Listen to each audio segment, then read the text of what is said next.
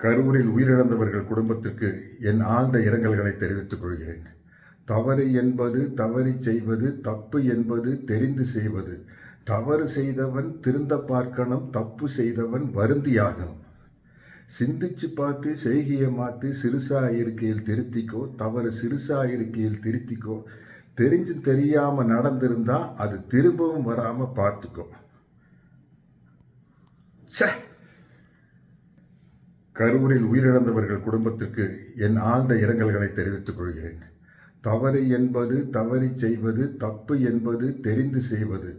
தவறு செய்தவன் திருந்த பார்க்கணும், தப்பு செய்தவன் வருந்தியாகணும். சிந்திச்சு பார்த்து செய்கையை மாற்றி சிறுசா இருக்கையில் திருத்திக்கோ, தவறு சிறுசா இருக்கையில் திருத்திக்கோ. தெரிஞ்சு தெரியாம நடந்திருந்தா அது திரும்பவும் வராம பார்த்துக்கோ.